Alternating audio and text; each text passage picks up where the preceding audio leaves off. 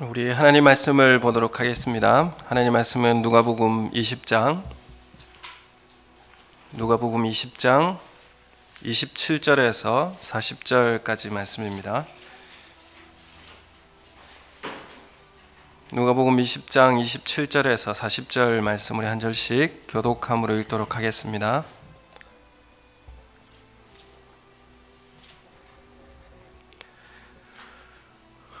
부활이 없다고 주장하는 사두개인 중 어떤 이들이 와서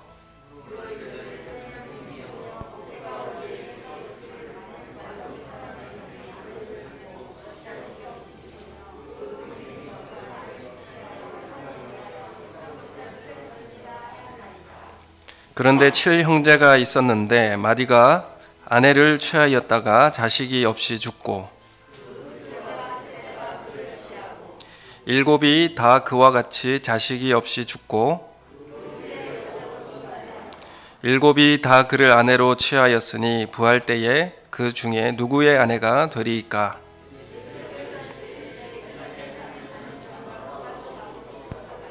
저 세상과 및 죽은 자 가운데서 부활함을 얻기에 합당히 여김을 받은 자들은 장가가고 시집가는 일이 없으며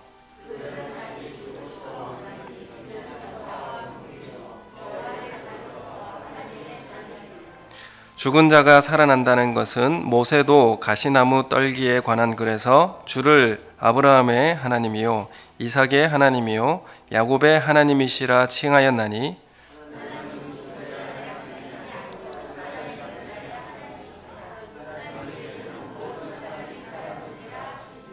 서기관 중 어떤 이들이 말하되 선생님 잘 말씀하셨나이다 하니 그들은 아무것도 감히 더 물을 수 없음이더라. 아멘. 우리 앞뒤 좌우 계신 분 인사하고 사랑합니다, 축복합니다. 인사했으면 좋겠습니다. 집에서 예배드리고 계시는 분들도 서로 가족들과 함께 인사했으면 좋겠습니다. 정말 이런 예배 현장이나 이런 환경도 처음 이렇게 경험해보는 기간인데 우리가 사실 예배라고 하는 것은 함께 모여서 예배 드리는 것이 참 마땅한 예배라는 것을 우리가 잘 알고 있습니다. 우리가 머릿속에서만 그냥 종교적 사상에 심취하고 또 그 생각만으로 가지고 있다고 해서 그것으로만 예배하는 것은 예배하는 본질적 의미와는 다른 문제입니다. 우리가 예배할 때에 예배는 공동체 안에서 함께 예배를 드려야 하는 것이 참 예배의 모습입니다. 그래서 공동체 안에서 왜 신앙생활을 해야 되는가? 그것은 우리의 그 공동체 안에서 우리의 생각과 또 우리가 가지고 있는 믿음에 대해서 실제화할 수 있기 때문에 그렇습니다. 그런 공동체가 우리에게 필요한 것이죠. 그래서 우리의 예배는 삶을 구체화하기 위해서 또 우리의 삶을 그렇게 구체화해서 살아가겠다고 하는 훈련의 현장이 바로 교회 공동체 안에 담겨져 있는 것입니다. 그래서 우리가 예배를 드리고 함께 신앙생활을 하면서 공동체 안에서 서로 부딪히기도 하고 그렇게 하면서 성숙하게 자라가는 것이죠. 그래서 우리에게 공동체는 너무나 중요하고 필요한 것입니다. 그래서 이 하나님 나라 계속 이 누가복음 20장을 계속 말씀해 나가시면서 하나님 나라라고 하는 이 중심이 그 가운데 항상 깃들어져 있습니다. 하나님 나라는 그래서 공동체 안에 임하는 것이고 하나님 나라는 함께 있을 때 경험되고 임하게 되는 것입니다. 우리가 오늘 이 20장에는 계속 논쟁에 대한 내용으로 나오고 있는데 오늘은 사두개인들 중에 어떤 사람들이 예수님께 질문을 하러 나왔습니다. 그런데 그들이 부활이 없다고 주장하는 사람들이었습니다. 그들이 이제 사두개인들이었는데 이 사두개파 사람들, 유대인들 중에서는 크게 세 종류의 종파들이 있었습니다. 사두개파, 그리고 바리새파, 에세네파 이렇게 큰 3대 종파가 있었는데 근데 사실 이 3대 종파가 평소에는 서로 경쟁하고 시기하고 싸우던 사람들이었습니다. 그런데 예수님을 죽이기 위해서 모두 의기투합하고 이 일로 인해서 연합을 했습니다. 악의적 연합을 한 것이죠. 그래서 사두개파는 자신들을 어떻게 생각하고 있었냐면 다윗 시대에 대제사장이 있었습니다. 사독이라고 하는 제사장이 있었는데 그 사독 제사장의 후예라고 그렇게 자신들을 그렇게 생각했습니다. 전통성이 있다는 거죠. 다윗 시대의 대제사장의 후예다. 이런 정통성을 가지고 제사장들의 지위를 대부분 이제 사두개인들이 점유하고 있었고, 또 제사장 계열들을 또 많이 차지하고 정부 요직들을 많이 차지하고 있었던 사람들이 사두개인들이었습니다. 그래서 이 사두개인들은 그들이 이제 생각하는 신앙은 뭐냐면 모세 오경만을 정경으로 인정했습니다. 모세 오경이 뭐겠습니까? 창세기, 출애굽기, 레위기, 민수기, 신명기, 이렇게 오경, 모세가 쓴 오경만을 인정했고, 또 뭘 부정했냐면 부활은 없다, 그리고 영적인 존재도 없다, 천사도 없다, 이렇게 믿고 있었습니다.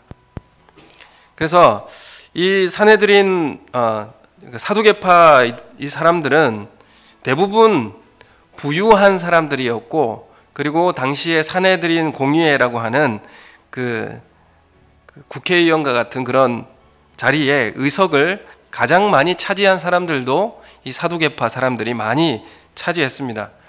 결국 이 정치적으로 결탁하게 되어지고, 그리고 이 사두개파 사람들은 그 정치적 결탁으로 인해서 특권과 혜택을 많이 누린 사람들이었습니다. 그들이 죽은 자의 부활도 거부하고, 그들은 모두 다 죽은 자와 함께 다 멸망한다고 그렇게 생각을 했습니다. 그러니 부활이 없다고 하면 형벌도 없고 보상도 없는 것이죠. 어떻게 삶을 살았느냐에 대한 어떤 보상이나 형벌도 없다는 것으로 그렇게 생각했습니다. 영적인 존재도 부인했습니다. 그러니까 어떻게 가게 되겠습니까? 현실만이 중요한 문제가 되죠. 현실만이 중요한 게 되니까 현실에 대해서 더 많이 관심을 갖고, 또 무엇을 더 많이 얻을까, 무엇을 더 현실에서 더 많이 누리고 향유할 것인가가 그들에게 있어서는 최고의 가치가 되었습니다. 그래서 이 20장에 들어오면서 우리가 저번 주에는 세금 문제를 가지고 예수님께 질문을 했죠. 정치적 문제로 예수님에게 질문을 했는데, 이제 사두개인들은 이 신학적 문제를 가지고 예수님께 질문을 가지고 나왔습니다. 예수님은 부활에 대해서 염두에 두고 이제 있었는데, 사두개인들은 예수님이 부활에 대해서 염두에 두고 있다는 사실을 알고 부활에 대해서 질문을 한 것입니다. 사두개인들의 생각으로 보면 모세 오경대로라고 하면 부활은 당연히 없어야 되는 거예요. 그 이제 기준이 뭐가 되었느냐 하면 신명기 25장 5절에 6절의 말씀에 보면 나옵니다. 신명기 25장 5절에 6절에 보면 형제들이 함께 사는데 그중 하나가 죽고 아들이 없거든 그 죽은 자의 아내는 나아가서 타인에게 시집가지 말 것이요 그의 남편의 형제가 그에게로 들어가서 그를 맞이하여 아내로 삼아 그의 남편의 형제된 의무를 그에게 다 행할 것이요 그 여인이 낳은 첫 아들이 그 죽은 형제의 이름을 잊게 하여 그 이름이 이스라엘 중에서 끊어지지 않게 할 것이니라. 이렇게 말씀한 이 신명기의 말씀을 가지고 이 말씀대로 하면 부활이 없는 거 아닙니까? 라고 예수님께 질문을 하러 나온 것입니다. 이 예수님의 이 부활에 대한 말문을 막기 위해서 극단적 케이스로 예를 들어서 이러한 신명기의 말씀을 빗대어서 예를 드는데 7형제가 있습니다.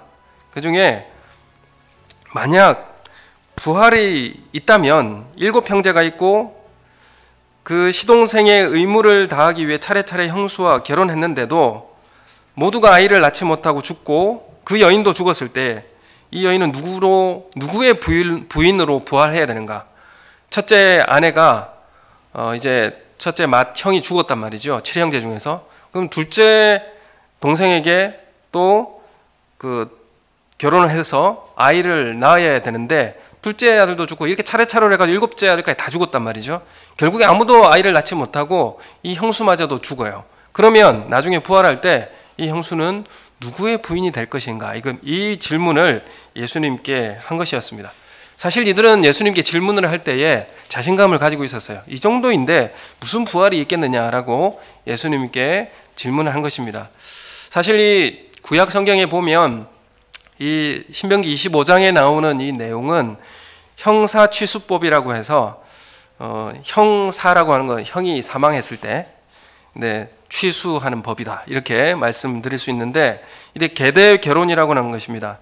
맏아들의 재산을 보존해 주기 위해서 이런 제도를 시행했던 것이죠. 근데 이 법에 대한 취지를 잘 알아야 됩니다. 하나님께서 왜 이 법을 세우셨고 이 법을 왜 지키라고 하셨는가? 그것은 우리가 잘 읽어보면 신명기 25장 6절에 보면 그 죽은 형제의 이름을 잊게 하기 위해, 이렇게 이유를 밝히고 있습니다. 그리고 그 이름이 이스라엘에서 끊어지지 않게 하기 위해, 이게 이제 하나님께서 이 신명기법을, 형사취수법을 만든 의도인 것이죠. 그래서 이 법의 취지가 죽은 형의 자녀들이 끊어지지 않고 하나님으로부터 받은 분깃, 그리고 기업이 다른 사람에게 넘어가지 않도록 하는 하나님 의도가 있는 거예요.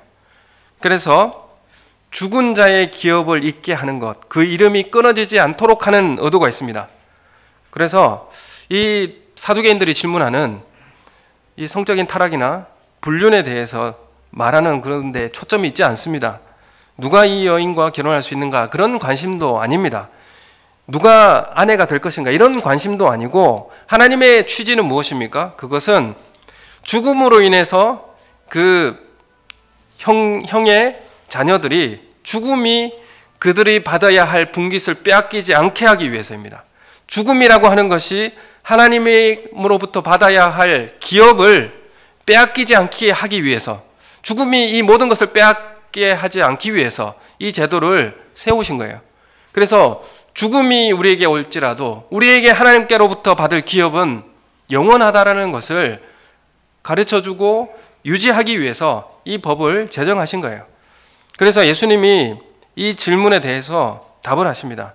마태복음과 마가복음에도 똑같은 이런 내용들이 나오는데, 마태복음 22장 29절에는 뭐라고 예수님께서 대답하시면서 말씀하시냐 하면, 예수께서 대답하여 이르시되 너희가 성경도 모르고 하나님의 능력도 알지 못하는구나, 이렇게 이제 말씀을 하시면서 시작합니다. 너희가 성경도 잘 모르고 하나님의 능력도 제대로 잘 알지 못하는구나, 이렇게 말씀하시면서 오늘 이 말씀에 대해서 답을 해주십니다. 이 세상에 34절에 보면 너희가 잘 모르는 게 있는 게 뭐냐면, 이 세상의 자녀들은 장가도 갑니다. 그러나 35절의 말씀에 보면 예수님께서 이 세상과 저 세상이 다른 것에 대해서 말씀하고 있어요. 이 세상에서는 장가를 가요. 그렇지만 35절에 나오는 저 세상에서는 부활한 자들이 장가가고 시집 가는 일이 없다. 왜냐하면 36절에 이어서 말씀합니다. 다시 죽을 수도 없는 존재가 될 것이고, 천사와 같이, 그러니까 천사의 모습이 되는 것이 아니라 천사와 같이 죽지 않는 존재가 될 것이다, 이런 말씀이죠. 그리고 두 번째는 모두 다 하나님의 자녀가 될 터인데, 여러분 우리가 다 하나님의 자녀가 되면 다 일촌이잖아요. 하나님의 자녀가 서로 결혼할 수 있습니까? 자녀들이 결혼합니까? 그렇지 않잖아요. 하나님의 자녀가 될 터인데, 하나님의 자녀가 되면 결혼할 일이 없게 될 것이다, 이렇게 말씀하고 있는 것입니다. 그래서 이 사두개인들은 이 세상과 저 세상을 같은 세상인 것처럼 오해하면서 이제 질문을 한 것이죠. 엄연히 다른 모습과 다른 세상이 될 것인데 잘못된 지식을 가지고 가지고 있는 것을 예수님은 지적하고 있는 것입니다. 여러분, 우리가 이 신명기법에서 우리가 알아야 할 것은, 하나님의 취지는 무엇이냐면 죽은 자의 명예를 지켜주고 기업을 빼앗기지 않게 하라는 것입니다. 죽음이 그의 기업과 이름을 빼앗기지 않도록 보호하라는 데 그 목적이 있는 것입니다. 죽음으로 인한 끊어짐, 그리고 상속에서 빼앗김, 그리고 아들의 지위와 명예를 잃지 않게 하기 위해서 제정하신 법이 바로 형사취수법이었습니다. 그래서 죽음이라는 것이 우리에게 주어질 명예나 죽음이라는 것이 우리에게 주어질 분깃을 빼앗기지 않게 하기 위해서 지켜놓은 것이에요. 그것이 바로 부활로 우린 연결되는 것입니다. 그래서 죽음이 우리를 하나님의 사랑에서, 죽음이 우리와 하나님과의 친밀한 사랑에서 끊어놓지 못하도록 그렇게 하시겠다고 하는 하나님의 의도가 신명기 25장에 담겨 있는 내용입니다. 그런데 사두개인들은 그걸 문자적으로 바라보면서 오해한 것이죠. 여러분, 그래서 예수님이 이렇게 말씀하십니다. 너희는 성경도 모르고 하나님의 능력도 잘 모른다. 그래서 사두개인들은 모세오경에는 부활이 나오지 않기 때문에 자신들이 생각하는 것이 정통하다, 이렇게 생각을 했었습니다. 사실 이 부분이 이 사두개인들에게 있어서는 어떤 자존심과 같은 그런 내용이었어요. 그렇지만 주님은 사두개인들이 잘 알고 있다고 하는 그 모세오경에서 부활이 있다는 사실을 증명해 주고 있습니다. 그 어디서 예수님은 증명해 주고 있냐면 출애굽기 3장 3절의 말씀에 나오는 출애굽기 3장 6절의 말씀을 가지고 인용하면서 부활의 내용이 나온다고 확인시켜 주고 계세요. 출애굽기 3장 6절의 말씀에 보면 또 이르시되 나는 내 조상의 하나님이니 아브라함의 하나님, 이삭의 하나님, 야곱의 하나님이라. 모세가 하나님 배웠기를 두려워하여 얼굴을 가리매. 이렇게 출애굽기에 모세가 하나님을 배웠을 때에 하나님께서 자신을 소개하는 내용이 나옵니다. 거기에 보면 나는 아브라함의 하나님이요 이삭의 하나님이요 야곱의 하나님이다, 이렇게 소개를 하고 있어요. 그런데 여기에 시제를 보면, 원어에 보면 시제가 나오는데 나는 아브라함의 하나님이었다가 아니라, 이었다가 아닙니다. 나는 아브라함의 하나님, 현재적으로 하나님이다, 이렇게 말씀하고 계세요. 나는 지금 이삭의 하나님이다. 이삭의 하나님이었다가 아니라 지금 나는 이삭의 하나님이다. 그리고 야곱의 하나님이다. 한때 그들의 하나님이었었다가 아니라 지금 현재 그들의 하나님이다. 하나님은 죽은 자의 하나님이 아니라 산자의 하나님이다, 이렇게 말씀하신 거예요. 분명히 하나님께서 모세를 통해서 그들이 하나님 안에 현재적으로 살아있다고 말씀하시는 부분이 분명히 있다는 것을 말씀하고 계세요. 아니, 모세오경에 이렇게 하나님의 말씀하신 부활의 역사가 담겨 있는데도 너는 왜 부활을 인정하지 않는가? 이렇게 말씀하시는 것입니다. 죽은 자들이 하나님과 함께 있다. 여러분, 산자의 하나님이다, 이렇게 말씀하고 계세요. 여러분, 부활 신앙의 핵심이라고 하는 것은 하나님과 동행하는 자는, 이 땅에서 하나님과 동행하는 자는 죽어서도 하나님과 함께 할 것이다, 하나님과 함께 살 것이라고 하는 믿음입니다. 여러분, 그래서 부활 신앙은 언제나 함께 한다는 그런 믿음의 신앙인데, 죽음이 우리를 끊어놓지 못할 것이요, 죽음이 우리와 주님의 사랑에서 끊어놓지 못할 것이요, 우리의 상속받은 기업을 빼앗지 못하게 될 것이다. 이것이 바로 부활의 삶입니다. 죽음이 우리를 갈라놓지 못할 것이다. 이것이 바로 부활신앙의 핵심입니다. 그래서 이 사두개인들과 같은 오해를 우리도 할 때가 있어요. 우리가 부활신앙을 여러분이 살고 계시는가? 지금 내가 부활의 신앙으로 현재를 살아가고 있는가? 이것이 너무나도 중요한 문제인 것이죠. 사두개인들이 대부분 제사장 가문이고 종교적인 일에 관여한 사람들이었습니다. 제사의 일을 집행하고 진행했던 사람들이 대부분 사두개인들이었습니다. 그런데 그들이 부활을 부인한다고 하는 것은 사후 세계를 부인하는 것과 같은 것이지 않습니까? 사후의 세계를 부정하는 것이죠. 그래서 종교 생활은 강조할 수밖에 없지만은 부활에 대해서는 부정할 수밖에 없는 거예요. 그 말은 무슨 말이냐면 부활이 없기 때문에 십자가가 의미가 없는 것입니다. 여러분, 우리 이 시대에 가지고 들어오면 부활의 삶이 없기 때문에 십자가 질 필요가 없는 거예요. 죄사함의 십자가는 있는데 죽고 부활이 없다면 그건 무슨 소용이 있습니까? 소망이 없는 것이죠. 그렇기에 이 사두개인들은 그들이 생각했던 그 신앙 그대로 어떻게 살았느냐 하면 현실의 이익에 집중하고 헌신도 없고 고난도 없고 희생도 하지 않았습니다. 여러분, 그것이 십자가 없는 삶이죠. 여러분, 똑같습니다. 우리도 부활의 신앙이라고 하는 것을 우리가 갖지 못하면 현재 고난에 대해서 의미를 둘 수가 없어요. 현재 잘 누리고 현재 잘 먹고 현재 이익에 집중하고 그리고 기득권을 가지고 살아가면 되는 거예요. 여러분, 우리는 그렇지만 부활의 영광을 사모하며 그날을 바라보며 살기 때문에 십자가의 고난에 참여하는 것입니다. 희생에 참여하는 것이죠. 여러분, 사두개파는 사실 정치적 기회주의자였습니다. 친로마파 기득권층이었어요.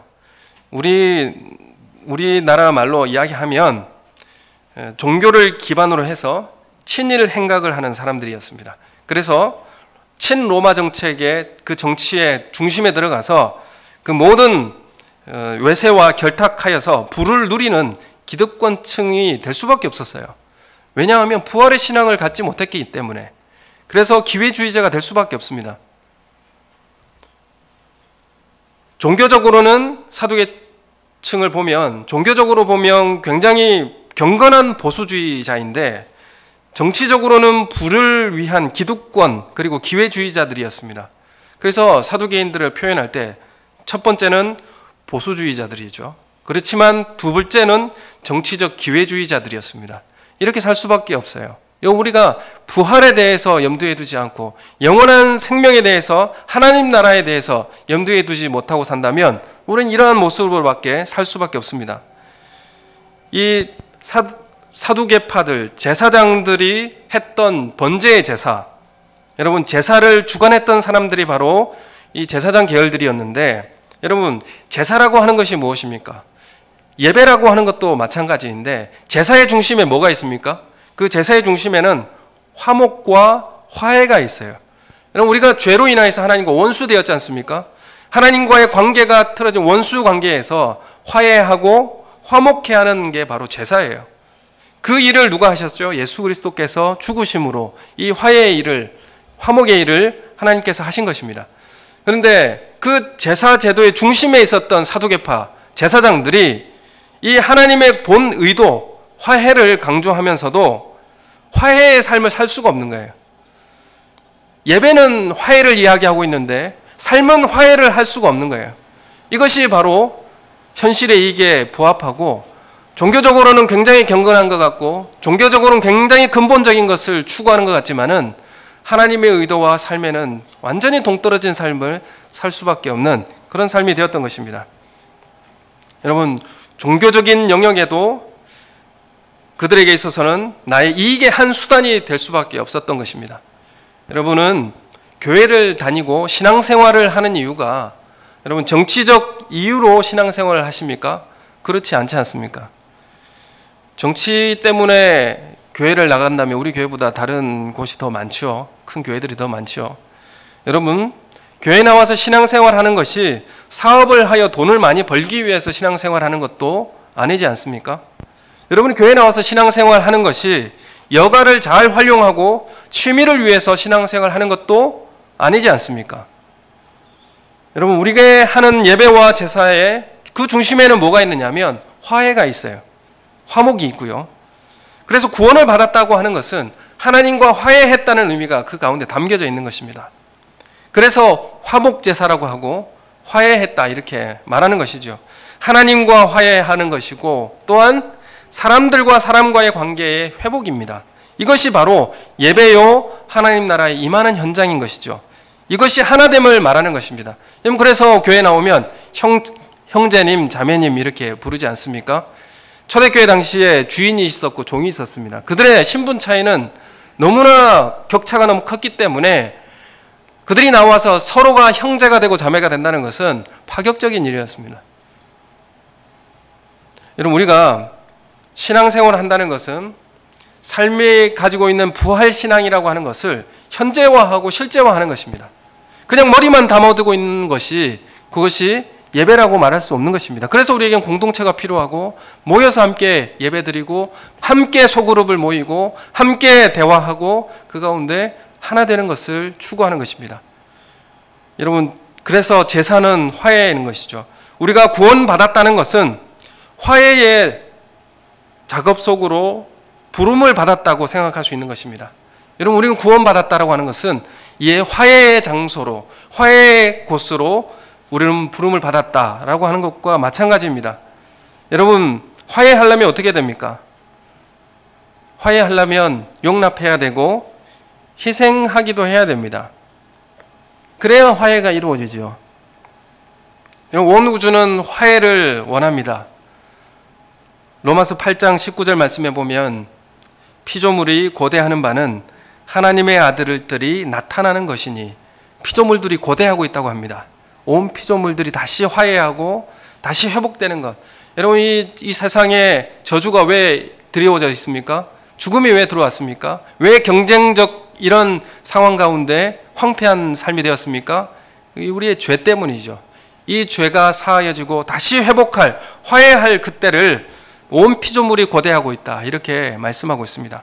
여러분, 우리는 교회에서 무엇을 구체화하고 실천하는 것입니까? 그러면 우리는 교회에서 구원받았다고 하면 화해의 연습을 하는 것입니다. 여러분, 우리 교회에서는 섬기는 연습을 하는 것입니다. 용납하는 연습을 하는 것입니다. 세상 사람들은 화해하기 싫어합니다.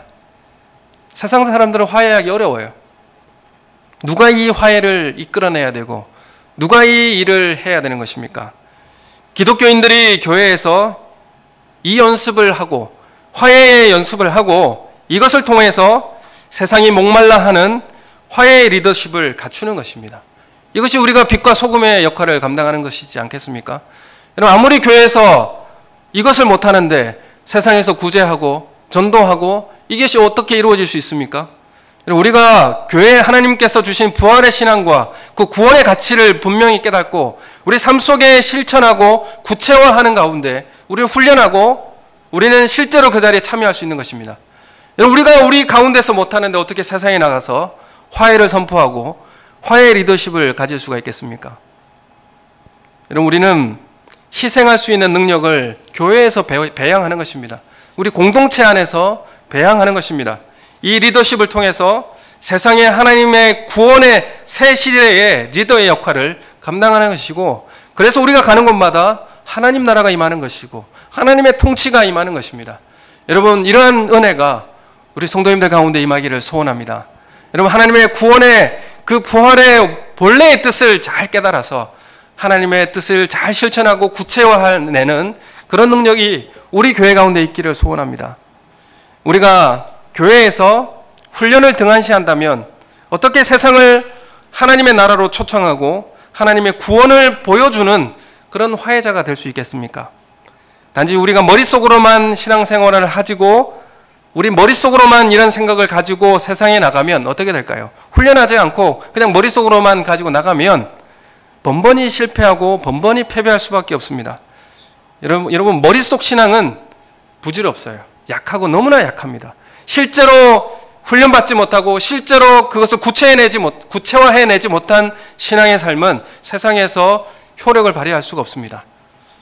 그래서 우리 교회에서 교회 공동체가 그렇게 소중하고 교회 공동체가 하나님께서 왜 교회를 위하여서 이 일들을 허락하셨는가, 너무나 중요한 사실인 것입니다. 여러분, 우리는 하나님 나라에 새 사람으로 사는 것이 부활의 삶이에요. 새 사람으로 사는 삶. 마가복음 1장 15절에 보면 때가 찼고 하나님 나라가 가까이 왔으니 이렇게 말씀하고 있어요. 하나님 나라가, 우리가 하나님 나라에 간다 이렇게 말하지 않고 하나님 나라가 왔다 이렇게 말하고 있습니다. 하나님 나라가 왔어요. 계시록 21장에도 보면 또 보면 거룩한 성 예루살렘이 하나님께로부터 하늘에서 내려오니 이렇게 말하고 있어요. 우리가 어디로 가는 게 아니에요.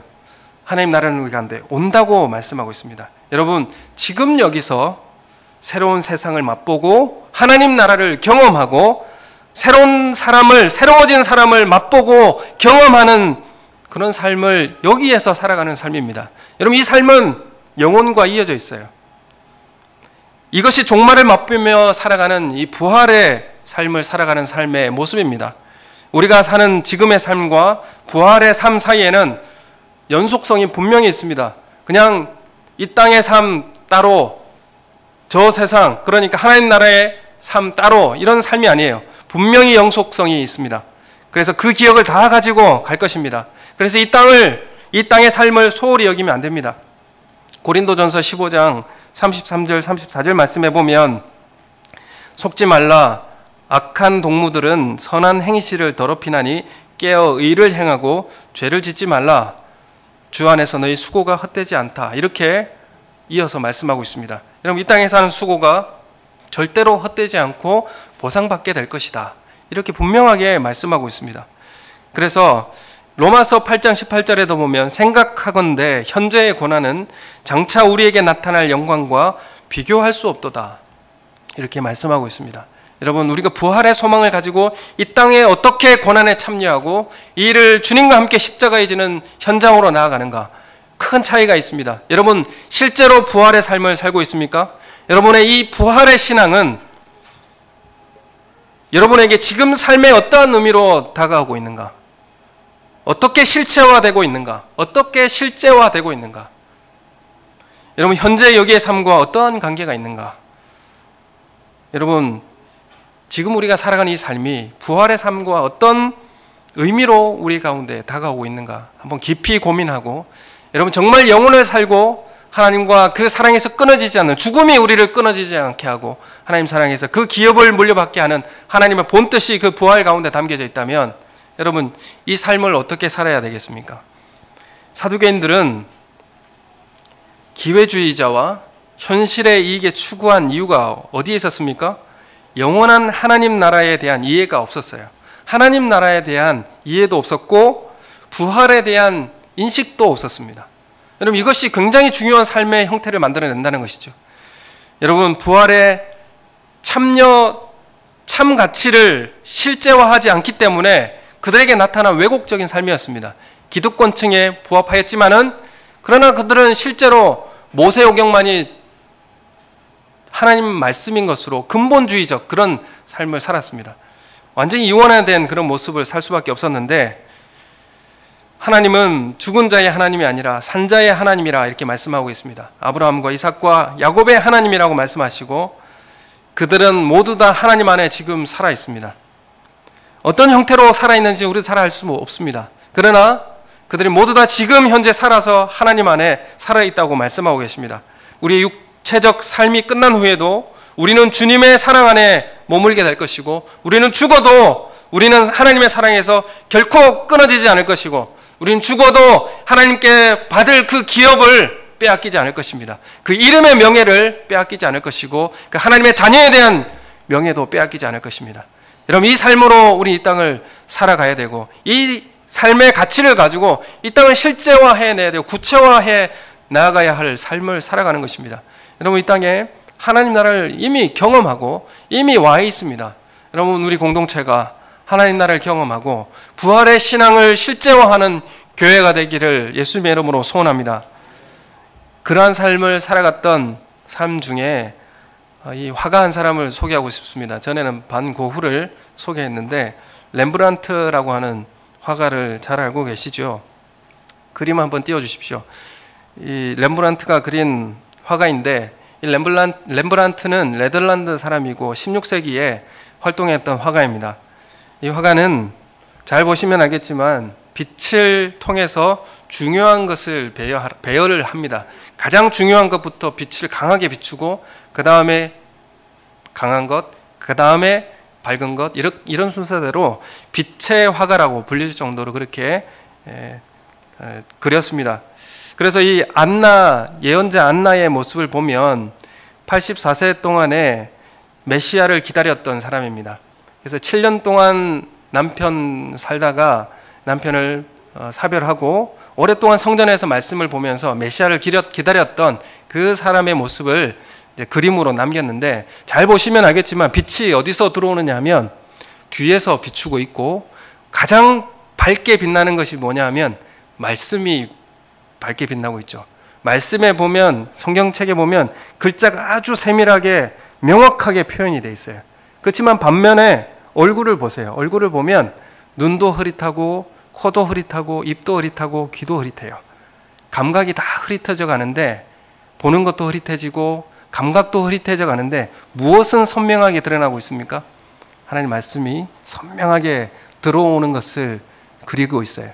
그래서 이 안나는 말씀에 대해서 깊이 순종했고, 감각에 의존하지 않았고, 말씀에 드리워지는 하나님의 말씀에 깊이 묵상했고, 그리고 말씀이 가리키는 그 메시아를 사모했다라는 것을 렘브란트는 이 그림을 통해서 표현하고 싶은 거예요. 그 다음 장 넘겨보시면 우리가 잘 알고 있는 돌아온 탕자, 돌아온 아들에 대해서 그리고 있습니다. 이것을 보면 가장 잘 빛나고 있는, 최고로 빛나고 있는 곳이 어디냐 하면 아버지 얼굴이 제일 크게 빛나죠. 그리고 그 빛이 어디를 비추냐 하면 아들을 비추고, 그리고 큰아들도 그 얼굴에 빛을 비춰주고 있어요. 그 빛은 똑같이 비춰지고 있는데, 지금 자세히 나중에 보시면 알겠지만 이 아버지의 눈은 초점이 없습니다. 초점이 없는 게 왜 그러냐면 밤새도록 아들이 돌아올 것을 바라보며 기다리며 바라보았다가 그 눈이 이제 쇠하여지고 어떤 쇠하여졌다는 것을 의미하고 있고요. 그리고 이 아버지의 손을 잘 보면 한 손, 오른손은 어머니와 같은 고운 손이고 왼손은 아버지와 같은 그런 굵은 그런 거친 손이에요. 그래서 아들을 안고 있는 이 두 손이 어머니의 사랑과 아버지의 사랑을 함께 안고 이 아들을 품고 있는 것을 표현을 하고 있어요. 그리고 이 형의 얼굴을 보면 굳어져 있고 그렇게 동생을 바라보고 있는데, 그 큰 형의 손을 오른쪽에 보면 한 손은 시커멓고 한 손은 밝죠. 그래서 검은 손이 밝은 빛을 이렇게 가리우고 있습니다. 그런 모습을 이제 형성하고 있는데, 이 렘블란트는 말씀에 대한 의도와 그것을 명확하게 드러내서 이 그림에 표현하고 싶었던 성화 작가였습니다. 화가였는데, 그런데 사실 16세기는 바로크 시대, 그 바로크 형식의 성화가 상당히나 인기를 누렸던 그런 시절이었습니다. 바로크 문화라고 하면 그 그림을 어떻게 그리냐면 어떤 빛과 어둠에 대한 명암 대비를 두고 이렇게 그리는 모습이 다 나오지만은, 잘 보시면 예수님의 십자가 모습도 완전히 예수님이 근육질로 나와요. 이렇게 근육질로 나오고 굉장히 이렇게 우람하게 나오는 모습인데, 그렇지만 렘블란트의 모습에는, 그림에는 그런 모습이 없습니다. 성경 그대로 하나님의 의도하는 데를 보여주길 원했어요. 그렇지만 사람들의 인기는 어떤 게 인기가 있겠습니까? 그 당시에 유명한 화가들, 그러니까 바로크 형식의 화려하고 웅장하고 그리고 예수님도 우람하게 나오는 그런 모습들을 추종했고, 그런 그림만 잘 팔렸습니다. 그러나 렘블란트는 끝까지 자신이 어떤 그림을 그리고 싶었냐면 하나님의 원하시는 그 뜻을 잘 표현해서 그것을 담고 싶었습니다. 그런데 그렇게 하니까 어떻게 됐냐면, 렘블란트는 사실 지금 유명하지만은 그 당시에는 그림도 팔리지 않았고 가난하게 살았고 이름 없는 그런 화가였습니다. 그렇지만 끝까지 자신은 이 일을 끝까지 해냈습니다. 그래서 보통 카톨릭이나 그런 성당에 보면 큰 성화들이 걸려있고 하지만 렘블란트의 그림은 외면받았습니다. 그래서 사람들도 그렇게 좋아하지 않았어요. 그래서 한 장을 더 넘겨보시면 이게 이제 렘블란트의 마지막 이제 죽기 전에 마지막으로 그렸던 자신의 자화상을 그린 것입니다. 이걸 보면 웃고 있는데, 이 그림의 제목이 뭐냐 하면 그 제욱시스라고 하는 제욱시스의 모습으로 분장한 자신의 자화상이에요. 이 제욱시스라고 하는 사람이 누구냐 하면 그리스의 유명한 화가이고 정말 잘 그리는 유명한 화가였습니다. 근데 그 유명한 화가의 얼굴을 자신에게 이렇게 분장한 얼굴이라 하면서 웃으면서 이렇게 마지막을 맞이하는 모습을 그리고 있는데, 오른쪽에 보면 죽음의 사자가 서 있죠. 죽음의 사자가 서 있는데 자신은 그 죽음을 이렇게 웃으면서 막 맞이하고 있는 것인데, 이런 가운데 뭐가 담겨 있냐면 이 제욱시스라고 하는 이 화가는 당시에 굉장히 유명하고 실력 있는 화가였습니다. 그래서 포도를 그리면 벌이 날아올 정도로 그렇게 잘 그린 화가였는데, 자신을 그런 얼굴로 분장하고 이 제욱시스가 죽을 때 어떻게 죽었냐면 늙은 할머니 얼굴을 그려놓고 웃는 얼굴을 그렸는데, 그것이 너무나 웃겨서 웃기다 못해 너무 웃다가 웃으면서 죽은 사람이 제욱시스거든요. 그런데 그 얼굴을 하면서 지금 죽는 자신의 모습을 그렸어요. 왜 그러냐면 자신은 웃으면서 죽음의 사자를 지금 만나고 있는데 가난한 화가로서 죽고 아무도 안 사가는 그런 화가라고 할지라도, 인기 없는 화가라고 할지라도 가난해도 하나님의 말씀을 전적으로 신뢰하고 살아가는 것이, 그것이 진짜 부활의 삶이다 라고 하는 것을 마지막 그림에 담아놓고 있는 것입니다.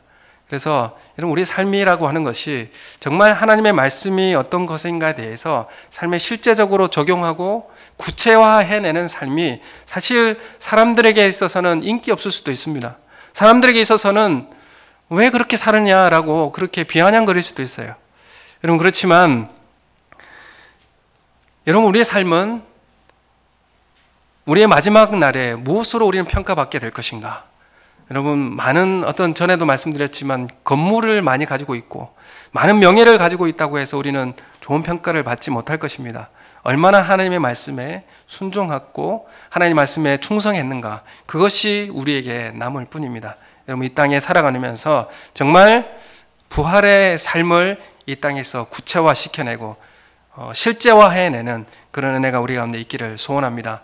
정말 구원받았다고 하면 그 중심에 화해의 삶을 초청받고 있고 그 삶을 우리로 살아가라고 우리에게 요청하고 있는데, 여러분, 우리는 정말 우리의 삶 가운데 하나님 나라의 제자와 같이 그렇게 실제화하고 구체화하면서 훈련받는 모습으로 살아가고 있는가?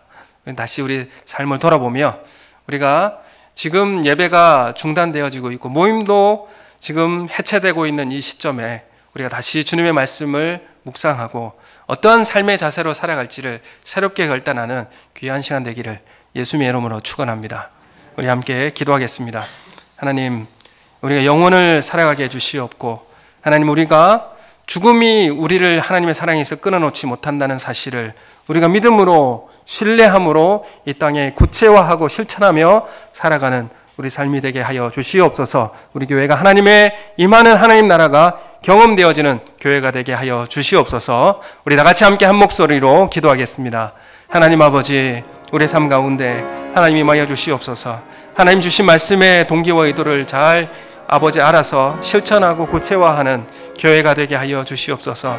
우리의 연약함과 부족함 가운데 주님 우리에게 능력으로 덧입혀 주시옵고, 하나님 아버지, 주님이 주신 그 부활의 산 소망을 향하여서 달려가는 우리의 삶이 되게 하여 주시옵소서. 주님 우리에게 구원을 베풀어 주시고 우리에게 하나님과의 화해와 화목의 역사를 우리 가운데 허락하여 주셨는데, 하나님 우리의 삶 속에서 실제화되고 구체화된 삶을 살게 하여 주시옵소서. 매일매일 주님의 말씀 앞에 섬기고 희생하며 십자가 지는 훈련을 우리로 하게 하여 주시옵소서. 하나님 아버지, 우리가 우리 교회에게 허락하신 이 공동체의 아버지 하는 기쁜 사역을 우리로 깨닫게 하여 주시옵고, 우리가 서로를 향하여서 예수님 대하듯이 하나님 대하듯이 살아가는 삶이 되게 해주시옵고, 우리가 하나님 앞에 한 형제와 자매가 되어지는 그런 부활의 소망을 꿈꾸며 살아가는 교회가 되게 하여 주시옵소서. 우리가 화해의 리더가 되게 해주시옵고 우리가 사람을 품는 아버지 하는 생명의 리더가 되게 하여 주시옵소서.